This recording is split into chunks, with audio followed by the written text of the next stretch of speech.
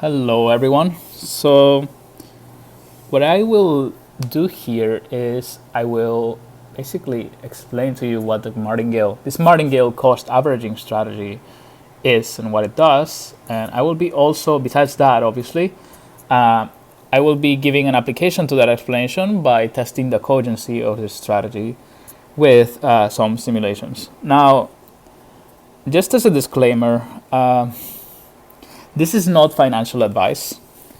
I am in no way endorsing any strategy whatsoever, and anything that you may see here, however, albeit as accurate as it may look, it is prone to. I am prone to making mistakes, and I may be making mistakes somewhere on this on the algorithm or simulations thereof. So. Basically, what I'm saying is just like saying this to not legally compromise myself, because I am, as I mentioned again, I'm not endorsing this. Martingale is a good strategy. Even I'm just going to be testing the strategy with some mathematics that may or may not be entirely accurate, because really nothing is. And if you are planning to apply some strategies, not only this one alone, but maybe any other strategy whatsoever, to gambling games or investing or trading. Do so at your own risk, and do your own educational work, because these are very risky endeavors, all of them. Whether you get trade and with any type of different type of equity or security. This is not my advice, and nothing that I'm giving here is neither technical nor financial advice. So there you go. So disclaimer. All right. So I guess I'll start by explaining this Martingale strategy. But before what I actually wanted to share that I didn't know that this strategy existed. I did know what Martingale was, just from some I guess particular knowledge of some statistics and some casino games or some games, but I also knew what cost averaging is and what it does. But I didn't know that that there were already applications towards both of them, though it makes sense that there are. What was also surprising is that those applications were such strategy was applied to Forex, which is kind of funny. So I don't really consider Forex a lucrative endeavor, and I have never played with Forex. But it's just my opinion, and I digress. So, but anyways, apparently it is a popular strategy. Of course, what I thought it would be mostly applicable to would be gambling games, where they're basically very dependent or framed around outcomes of events. Specifically, so games such as casino games, such as roulette, where you can bet on the outcomes of the color and number that you would get from the roulette at every time, as well as games that may not be so established in casinos, but maybe you may see them on the streets, or even family parties, such as craps, where you just bet family parties. I guess I'll just say you don't see them in casinos, where you basically just throw dice, and you bet on the outcomes. You make bets on the outcome of the dice, and so I actually thought that this would be applicable towards games like that. But so this was I was just I thought that I wanted to do this. I wanted to do this because just as an intellectual exercise, I thought it would be pretty fun, and it's not, to basically, as I mentioned again, it's not an endorsement to any strategy that I'm actually showing here. So. Without much more ado, I will start by explaining Martingale. And I can easily just go through the websites and just click, but that's going to be boring. So let me just explain it with a drawing. So I guess I will be drawing here. And this explanation will also serve as the simulation or basis to the simulations that I will be developing to test the cogency of the strategy. Right, so Martingale, I'm just going to write it here.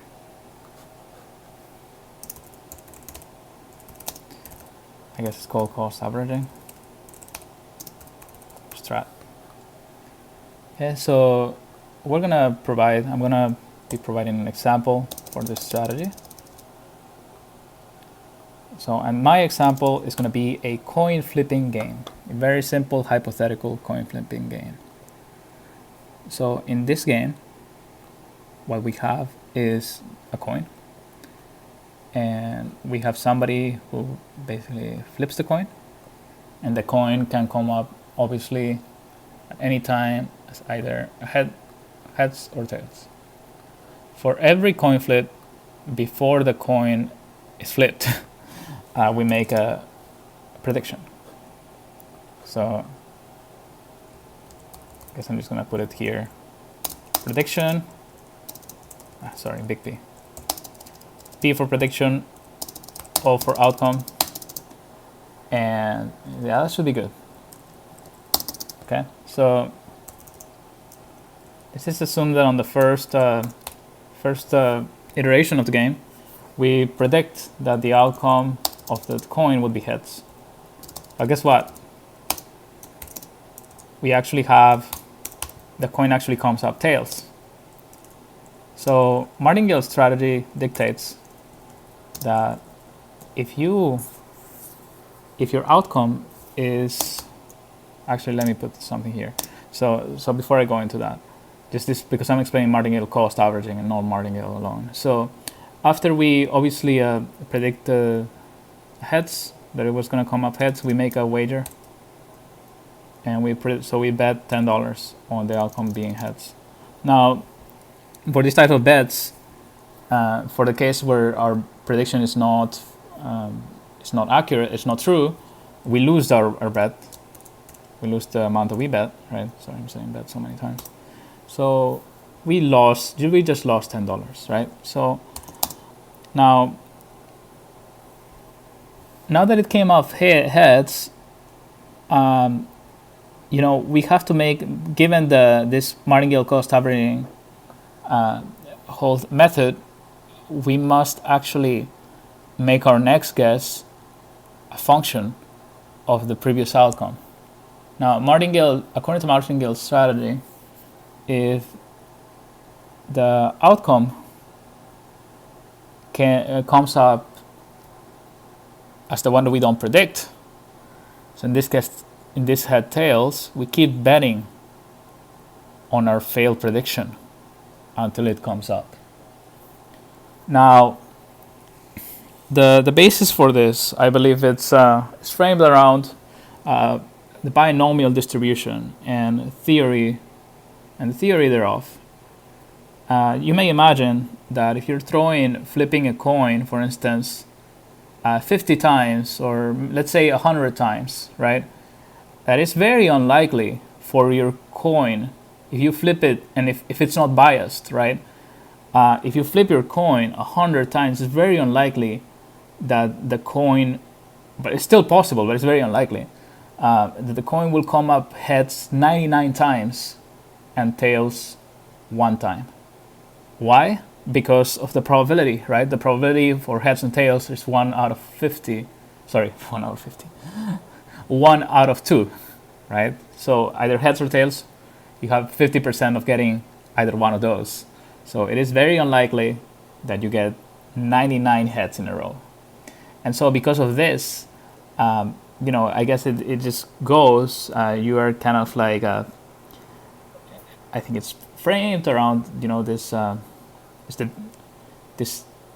not so much framed, but it's deduced from this principle, right, of the binomial distribution and probability. So this is why if it comes up tails, we keep betting on heads. So let's assume that it comes up, that we predict heads, and guess what? It comes up tails again. So what do we do now, right? So we actually, if we fail the second time, we double our bet from the previous iteration. So whereas this one was 10, or this next one, right? Because it failed, because we already had tails here. Actually, the prediction is done here, right? So H would be, and then we bet $20. So nonetheless, because we came up tails and we're betting again, we are here, we bet heads again, and we double our prediction. Now it comes up tails, and that's okay. We lose actually now $20, and we add our previous loss. Our total loss is minus $30 now. Now on our third trial, right, we bet heads again. This is based on the Martingale strategy, and guess what? It's actually highly unlikely. It starts becoming more unlikely that we get tails a third time in a row, right? Just based on on odds, just based on probability and this binomial distribution, as I mentioned. So in this time, we actually let me make it more fun. So maybe even though it's highly unlikely, let's assume that it does happen. We obtain tails again, right? So as I already explained, the cost averaging strategy, right? It's doubling on every wager when you're losing, when you lose the prediction, right? So here, of course, it would be 40, and because it comes up tails again, guess what happens here? Now we are $70 Porter. Yeah, poor. We're $70 poor now. So that's what's going on now. Of course, what do we do now, right? We keep betting heads until heads come up. Now, of course, for this one, we double our former bet to 80, right? And now 4 tails in a row is for a coin flip is highly unlikely. If you're unsure about this, just get a coin, get a quarter, and test it yourself. So we get heads this time, as it should be, as it's the most likely outcome, right? So now we take our gains. Our total gains would be basically 80 minus the $70 that we lost. So our net gains are now $10. So, and of course, this whole thing just we can propagate this algorithm several times for games that are very long. Whereas here, I'm just going through 4 iterations. We can propagate the game 1,000 iterations and see how much we can make. So that's what I'm going to be showing here. I'm going to be basically comparing the cogency or logic.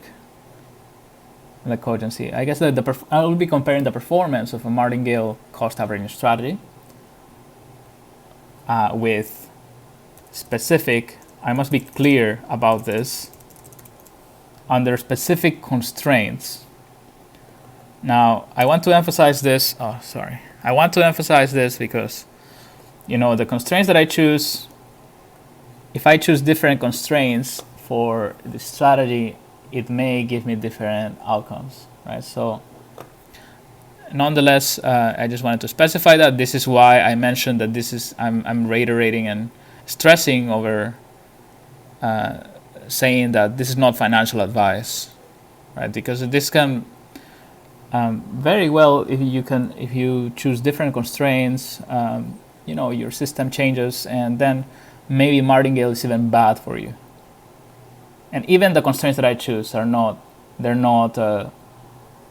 I would take them with a grain of salt because they may actually be wrong. But nonetheless, I'll just move forward. So we'll be comparing the performance of this with just like a random game. So that means no strategy, right? It's probably better to call it no strategy, but anyways. And in a random game, we also have the coin flips, right? But we don't have any strategy. So in here, there is some correlation between the former events between the former outcome to the next prediction that we make. But in a random game, there are no correlations. So we may have the first one we bet heads, and then if it comes off tails, then we bet $10 or whatever. But that we don't connect our prediction for the next iteration to the previous outcome. So we may actually just predict tails, and then it comes off tails, right? Then you make something, but it's completely random. So this is why I just wanted to. It would be kind of cool to show it, right? So anyway, so we'll be basically doing that, and we're developing an algorithm which is for this one, and the algorithm for this one is just way simpler than that, of course. So we're gonna be using Python, and so I encourage you to install it if you want to maybe develop a program like this one. So we're going to start some of the coding now. Now, how do we start? How do I start this? I guess it's always good that I check what's here, right? So what we're going to start with, I guess, is just let's start with a random number generator. And for Python, you just need to import this module called random. And so what we're going to do here is we are going to encode heads as 0, and actually let's encode tails as 0 and heads as 1, the numbers, right? Oops, that wasn't good. So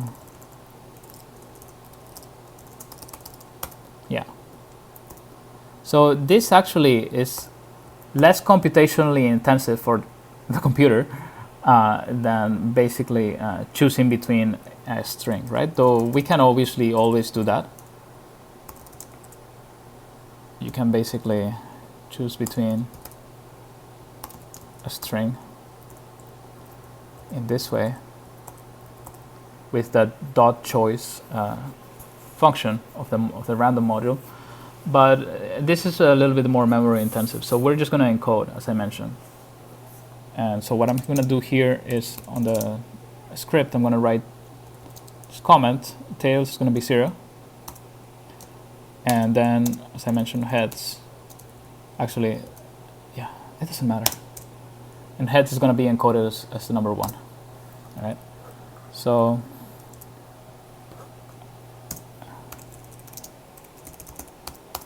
the function, we're going to make a function that gives the outcome of the coin flip, and we're going to call it coin flip. Okay, the function is going to return basically either 0 or 1. So this is just flipping a coin, basically. That's 0 and 1. And then just make a comment here, funny comment, just flipping a coin. It's just like emphasize that we're just flipping the coin once. Alright, so if you want to like just I guess see it, run the program, run the function, right? We just print the function, and it will just give us, we can just run it several times, and it just give us 0 or 1, as you can see here in the shell. Right? So we start with the coin. So now that we have engineered the coin, we're gonna, I guess, write the Martingale strategy. Now the Martingale strategy is going to be another function. Now this may be a little bit more complex, I'm thinking, but maybe not. And of course this is Martingale coin cost averaging, but I'll just call it Martingale, just to be short, give it a short name. Right, so now, just like unlike the coin flip function that doesn't have any inputs, this one will probably have some inputs.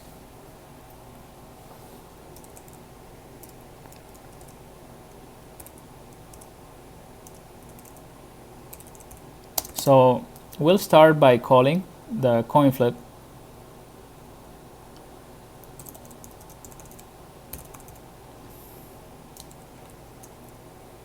And I'm just going to call it coin flip out, I guess, so it doesn't confuse otherwise the redundancy is going to confuse Python. So coin flip out will be just basically flipping the coin, right? The Martingale strategy is based on a memory of previous outcomes and basically making predictions based on those, as I mentioned. So because of that, I guess, in here the Martingale strategy will have a bet, which is going to be money that you place. There's going to be a guess, which will be the either 0 or 1. 0 for heads, for tails, 1 for heads. And there's going to be something else here. There should be guess and bet. And as I mentioned, right, so if you look back at the paint, there's also here, we're keeping track of the money that is being generated, gained or not. I guess to make it fun, we're just going to give every player a bank account, and they're going to be using their bank account. Right, so I'll just like put bank here as well. Now,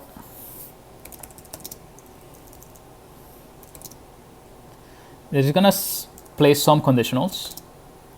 So if the guess is it's not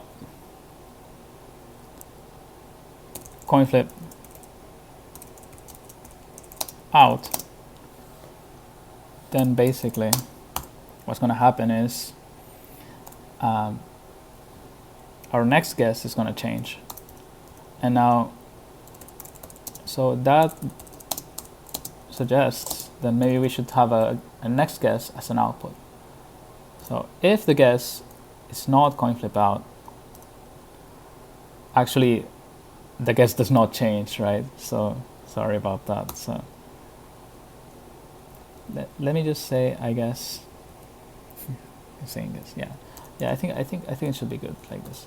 So if the guess is not coin flip out, the guess just remains the same. And this is just the same as basically not making changes on that guess. And besides that, if it's not if your guess does not match the coin flip, you're also going to lose your bet if you made any bets before, right? So I guess what I'm going to do here is I'm going to do something like bank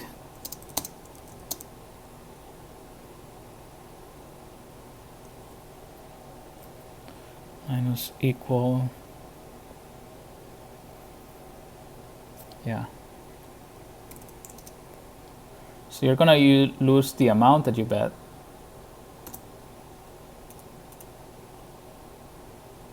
but for the next one, basically, as I mentioned, because this is actually this conditional is the Martingale, but as I mentioned, we need to double down our bet to do some cost averaging here. So this is because, as you know, this basically means you lost the coin flipping game for that flip, right? For that iteration. So you lost your bet, the bet that you made, the amount of money that you made. But now your bet is going to be increased. You're going to double your bet for the next iteration. However, if your guess actually matches coin flip out, which will be this else conditional statement, then your guess now, it will actually be, your next guess is random. You can actually you can pick either heads or tails now because you won. So the whole thing resets itself, and because of that, your bet will remain. It will not remain. Your bet will reset back to the original non-doubled bet that you set up. Now, this suggests that we may actually have to add a base bet to the input to this function, right? So what I mean by base bet will be just basically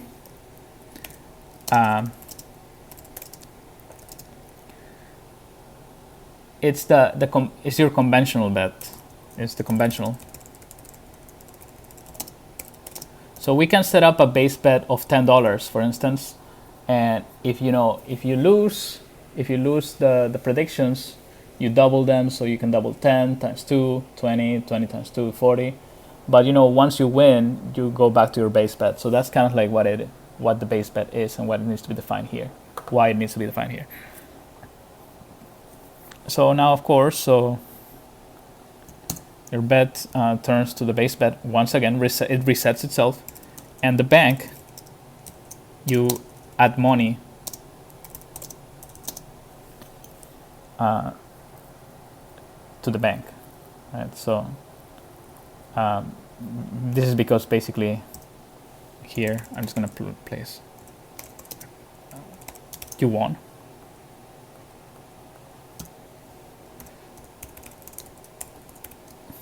And here you lost,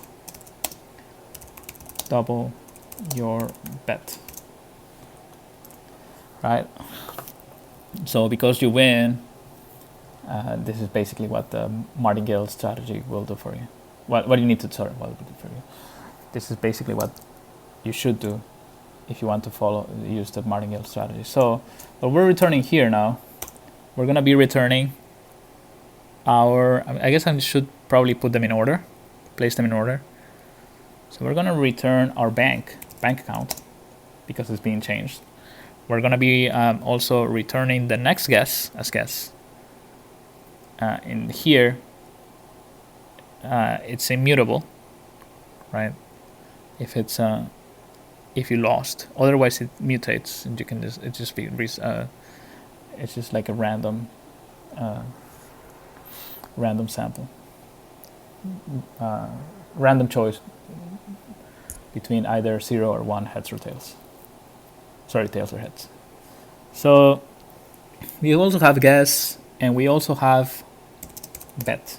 Now, why didn't I put base bet? Because our base bet doesn't change ever. It will be a set arbitrary number that we will choose. Right? So that should be it for the Martingale function. Now, what happens? Oops, what happened? What did I do? Sorry. Yeah, this new functionalities of Python. So what happens if you're just random? If you're a random person. So I guess instead of random, I'm just gonna call it no strat. Okay, as in no strategy. So if you don't have a strategy for the game, first of all, why are you playing? Just kidding. So in our strategy, you also have a coin flip, right? And however, there are no conditionals here because this is not Martingale. So your outcomes here, your coin flips are completely uncorrelated from the past. And the predictions that you make for the coin flips are completely uncorrelated from past outcomes. So what we're doing here is we don't have conditionals anymore, as I mentioned already. I'm sorry for the redundancy. So what we're doing is in here, and just bear with me, I'm developing this as I'm making the video. You know, I'm actually developing this whole thing from scratch. All right, so just bear with me. So what's gonna happen if you don't have a strategy? Is you don't have, as I mentioned, these conditionals. So for every iteration, you do have the conditionals, but you don't have actions happen through the conditionals. So because even for a random game, you have to guess, and your coin flip might be it may actually match or not match your coin flip, your guess, sorry. So this actually, the conditionals do need to be placed here, but there are no changes, I guess, on whether it's heads or tails. The only change that you see here is your bank account changes. So if you lost the bet, your bank account suffers. If you won, your bank account is happy. It gets some money back. So I guess what I'm gonna have to do here is, if guess is, if you lose, you don't double your bet, and your guess is random. So we uncomment this line, and we uncomment this line. That's it. So that's the no strategy person. Okay? So we have a martingale and we have a non-strategy person. Yeah, actually, these are actually practical now because I can just make it, just hide them so that I can write more code. Great, I like that.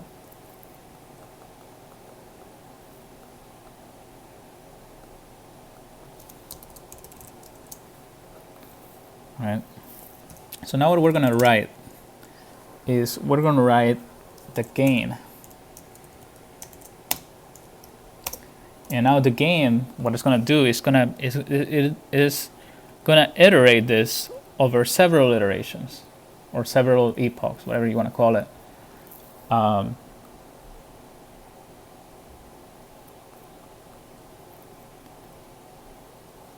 So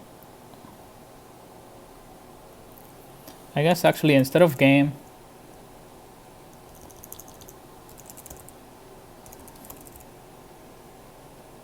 I'm just going to call it single player, okay? Because this would be a game for a single player or gambler.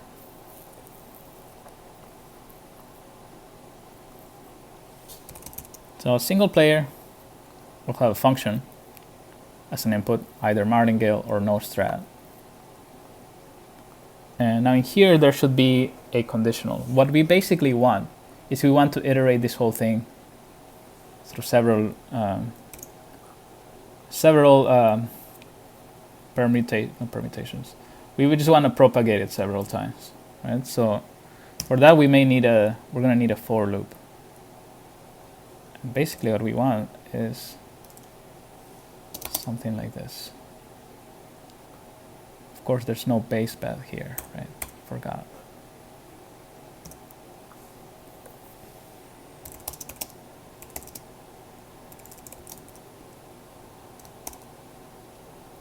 Now n is going to become basically the number of iterations that we want to iterate. So that can be 100, 1,000, whatever. Okay. I guess we can just like give it a default at 1,000. For I, in range of 1,000, it's basically that we're gonna have this one occur several times. Now, however, if I just run it as is, it's gonna give me some errors. And why is that? Well, because I haven't defined any inputs in the function, so I have to do that here. So I have to define, before the iteration starts, I have to define the bank account. And I guess I can also make that an input. I guess we can make the default also $1,000. Okay. So we have to define a bank account. We have to define a guess. I guess the guess can be, we can just assume that, do we have to define a guess? Yeah, we do have to define a guess. So the guess is just going to be, the initial guess is going to be random. Either 0 or 1. We're going to define a base bet.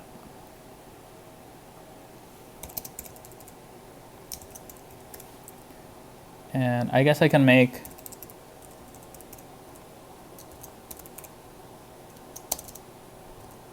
it anything, really. I guess I can make it 200, whatever. Yeah. And we also need to define the bet. And so the bet, I'm actually going to define it as the base bet.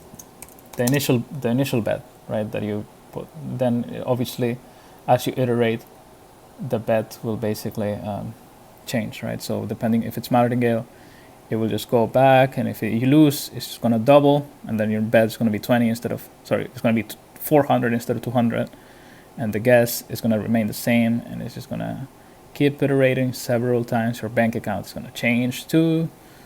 You know, from 1,000, maybe you win some money, you lose some money. 800, maybe then you win 400, so 1,200, and so on and so forth. So this should be basically it.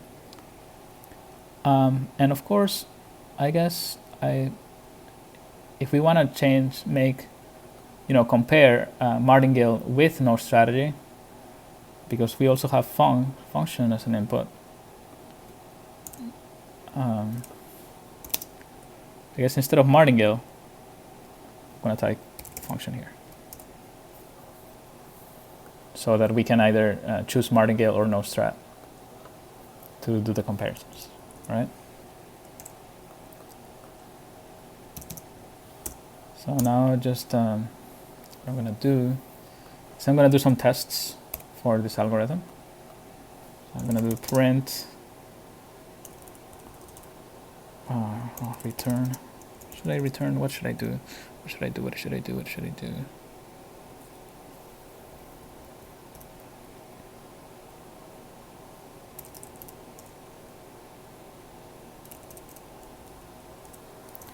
I probably want to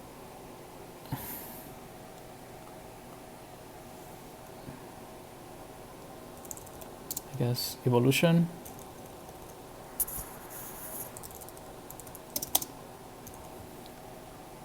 I guess what I'm trying to do now is I want to plot how these bets are changing in the bank, like how your bank is changing as you play the game, right? So that's basically, maybe I'll just call it bank vector. I think that's a better name. So bank vector dot append bank. Okay. And maybe I want to also create a list for the indices. So I'll do that here.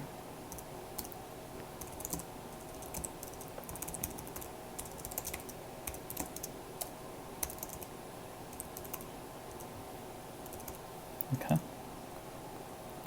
And I guess that should be it. So now I'm just gonna, this should, actually it shouldn't. So I'm basically, what I'm doing here is I'm gonna generate a plot of every, of the bank as it changes, as it iterates through the simulation, right? So how these bank accounts, this single player's bank account changes. So because I'm doing a plot, I should import the plot making module of Python, which is matplot libpyplot as plt, which is the abbreviation I've given it in that function. So save it, and now maybe I just need to call the function single player, and I'm just gonna call nostrat,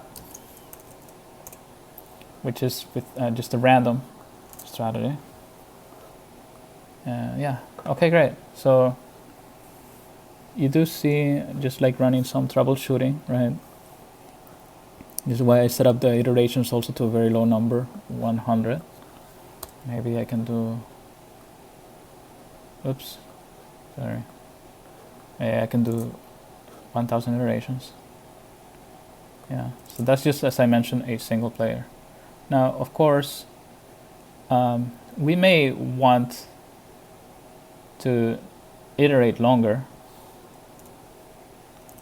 Right, so we can iterate, actually, sorry about that, 10,000 times, or even longer than that.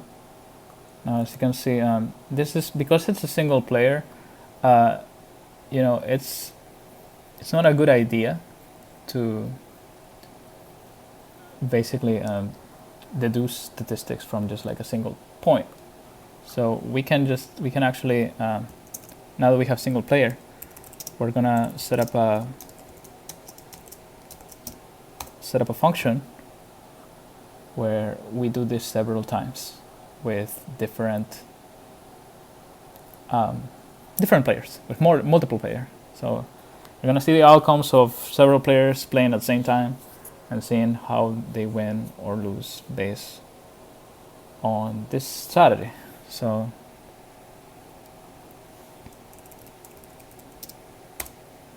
our input is going to be the number of players. Now this is actually a very simple for loop. So for j in range of players.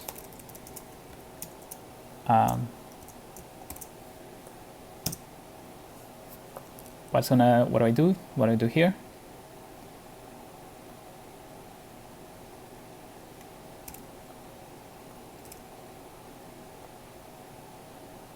And of course, maybe I can do something fancy, plot figure here. So it just plots everything on the same plot. Okay. And now I call onto the game. And of course, maybe I want to call into the function, right? So in this case, I guess if I just want 10 players and no strat, should do that. And this whole thing is making the computer, it's stressing the computer, the fact that it's making those printing statements. So I'm gonna actually uncomment them because they're not necessary. So just uncomment.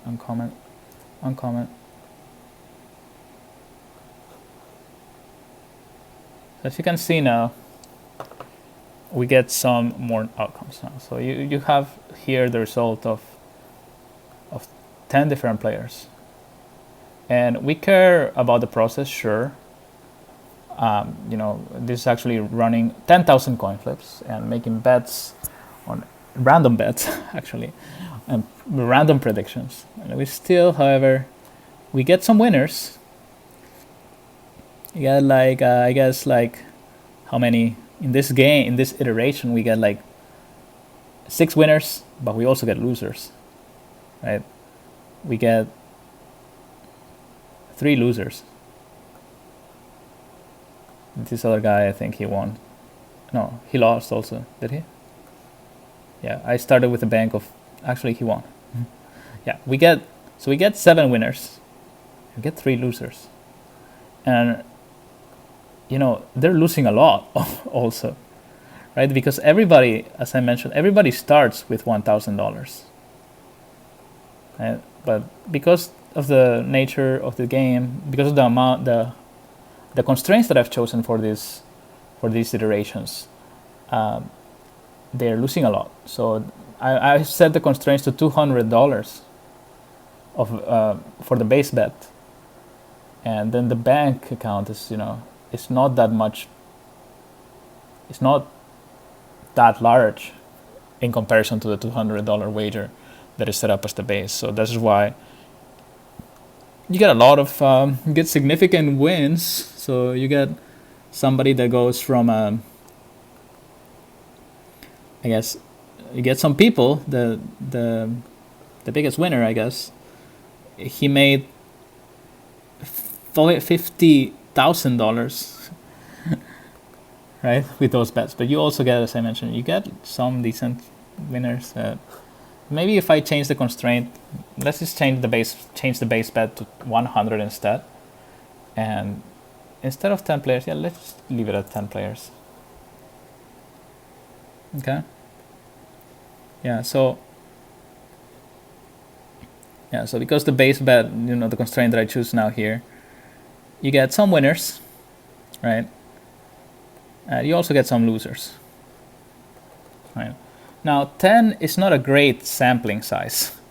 We actually need larger sample sizes to do some very useful statistics. Otherwise, we're just looking at a sample. We're not looking at populations. So what I've done here is I've increased our player pool. Instead of 10, we're now analyzing 100 players. So I just changed that input. And so now you can see, right, based on the constraints that I've chosen, we have some people that are making some decent amount of money, right? Even with a base bet of 100 and a starting bank account of 1,000, there's some people that still grow their bank accounts significantly high. However, you also get losers, right? You get people that have lost just all the way to the other side. Also, the maximum loss is $50,000, around $50,000 from a starting bank of $1,000. So this person owes a lot of money, right? Now, of course, we can just program this whole thing so that it can give us actual better statistics. Like we can for instance program make some changes in the script so that it can return us the average final bank of every player, and I can do that really quick. So what I just need to do here is I need to set up a return,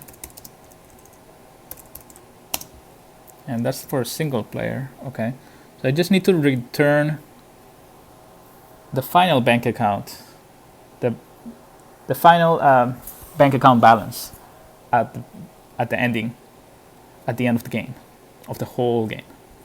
So for every player. So for single player, I'm just gonna add here return, and he's gonna return bank, because bank iterates and changes at every iteration. So the final instance of bank is the final bank account balance. Return bank. It's as easy as that, right? And in here, of course, I can set up this bank equals single player. And so now what I do is I need to store all these iterations, I need to store all the final bank accounts of all players, of all 100 players in this case, into a list. So I'm just gonna do banks here. I'm gonna define banks as a list, and then banks here, this function banks append the bank. Okay, and so now this should print me a whole list, all banks.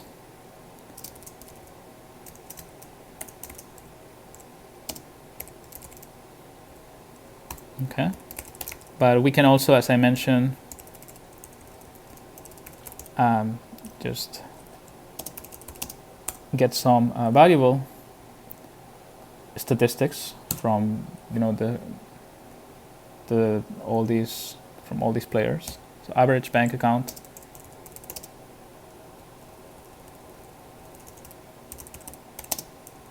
Oops.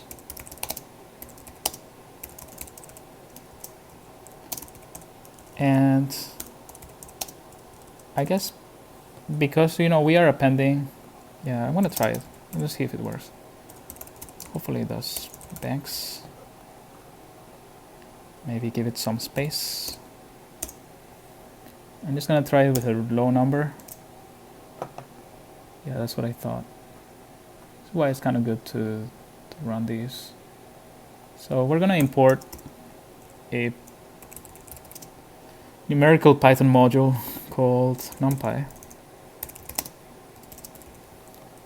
Okay, which is just help us get these means, these statistics. Okay. So yeah, so it works. So let me just change it back to 100.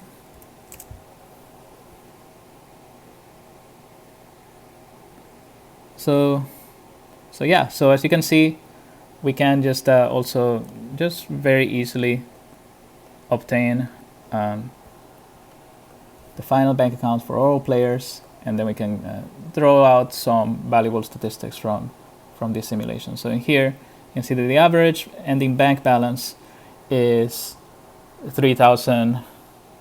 Sorry, let me just do something fun here. I don't like it looking like this. Maybe do this. I'm gonna give it some problems, maybe. Format.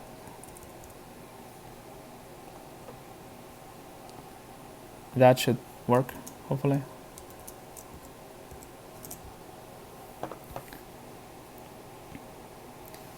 Yeah, so it's gonna give me some valuable statistics,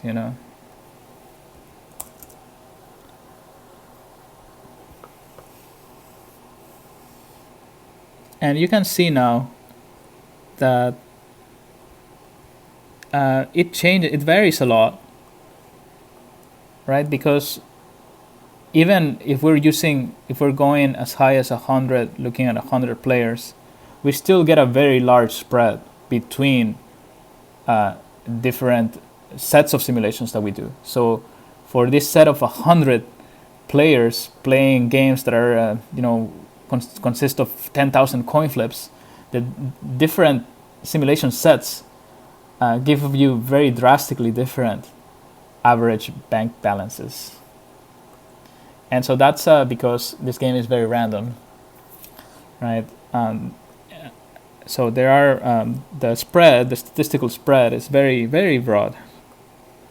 In order for you to get an idea of how broad it is, it would be good to push this number higher. It may be good to push this number higher, the number of players, to maybe like 1,000 or so.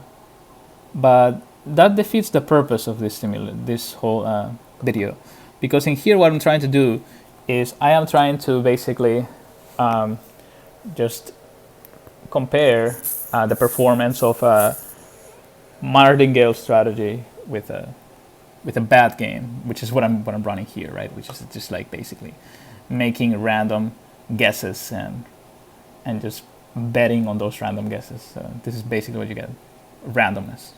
Now I'm gonna be also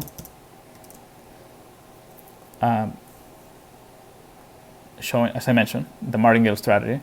So for that, I just need to type Martingale here.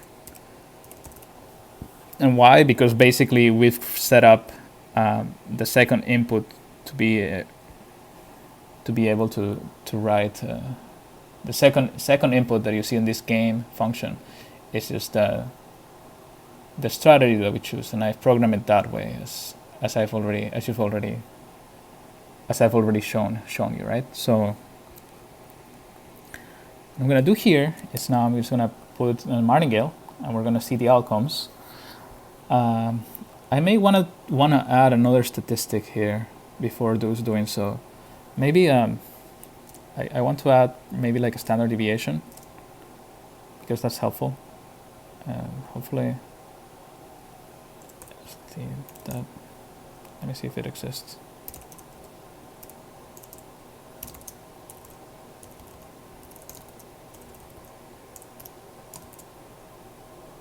Yep, it's TD.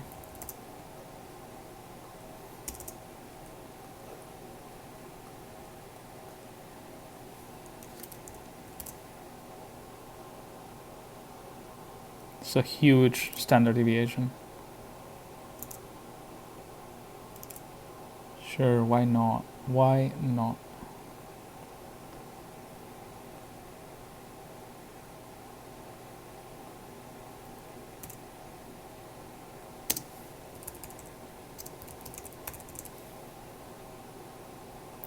So as you can see, right, the standard deviations for a game with no strategy is very large, and that makes a lot of sense because as I've mentioned before, the spread between different simulation sets is very large. So this actually makes a lot of sense. The standard deviations consistently is on the order of $20,000, right? So now we're gonna basically compare these two strategies. So I'm gonna print here no strategy, and in the other also here I'm gonna print Martingale. Okay, maybe give a printing space here. All right. So now we're gonna run them both together. No strategy is running right now. Just thinking a little bit because simulations are large. Oops, sorry. Let me just run it again. Okay, so no strategy. These both have the same constraints, same base bets, same bank sizes for every player, and same number of coin flips the players play while in the game. So now you can see the results should be extremely different, right? So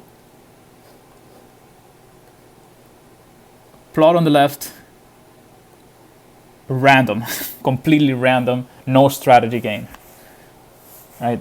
Here the players are just like, they don't care. Maybe they just came to the coin flipping casino just to drink, right? And just like have fun, I guess. So you can see that there are, as I mentioned already,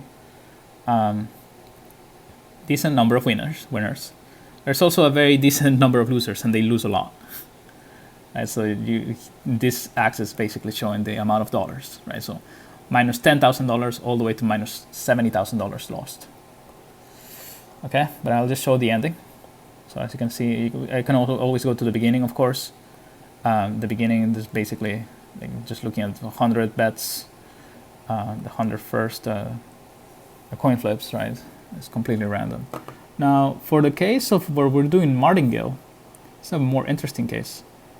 What you can see also, if you zoom in, you will see this, that when people lose, they just double on their bets. And you can see that this is actually what's happening because you're actually losing, it appears that you're losing twice the amount that you lost before. So you double down until you win, and then you recover all that. So I think it's worth showing. Maybe, of course, you may see these spikes here. These spikes are not errors. These spikes are just very unfortunate instances where the player just has to double down their bets because the coin flips are not in his favor. Because you're actually here, for instance, the player may be getting 6 consecutive tails or so. And so these are very unlikely events, but they still happen. Nonetheless, the player keeps doubling down on his bets to recover all that money. So this is why it comes back again. So what I'm going to be showing here is just it's going to not show those 6 spikes, right? It's going to show the linear trend that for every player, for every game, that nonetheless, even if they are doubling down, they lose on their doubling down plays, that they end up winning. So how can that be, right? Well, what if I do the same as I've done on the other plot, right? What I've done in the other plot is I've shown you the final outcomes, the final bank account balances for every player. So I'm going to show you that here. So just need to take this segment. You'll basically see that at the end of the game,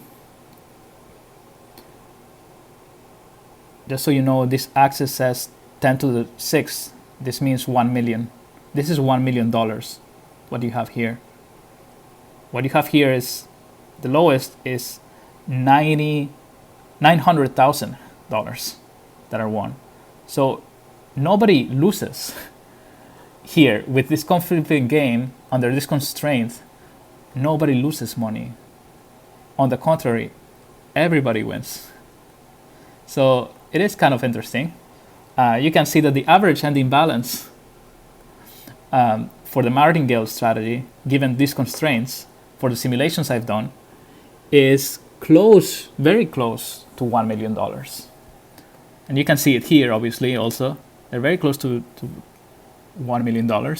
The standard deviation is also a little bit, or the spread, statistical spread, is also a little bit narrower, right? But just so that you don't, if you're a little skeptical, I'll just run these two simulations again. So no strategy, average ending bank balance minus $2,000, ending bank balance standard deviation 20,000.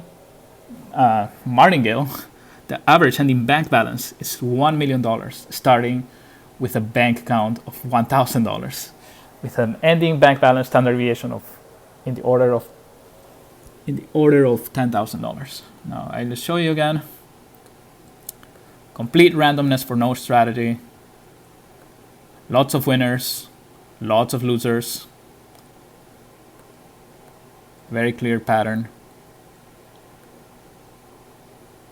of gains for the Martingale strategy.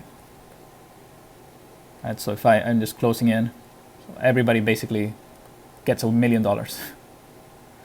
Right? So that's basically it. Once again, just reiterating for the 100th time, this is not financial advice nor an endorsement of the Martingale strategy. This is just an intellectual exercise that I thought would be interesting to show. So if you like this video, please give it a thumbs up or a like. And if you really like my content, please subscribe to my channel. Thank you, and that will be it. Good night.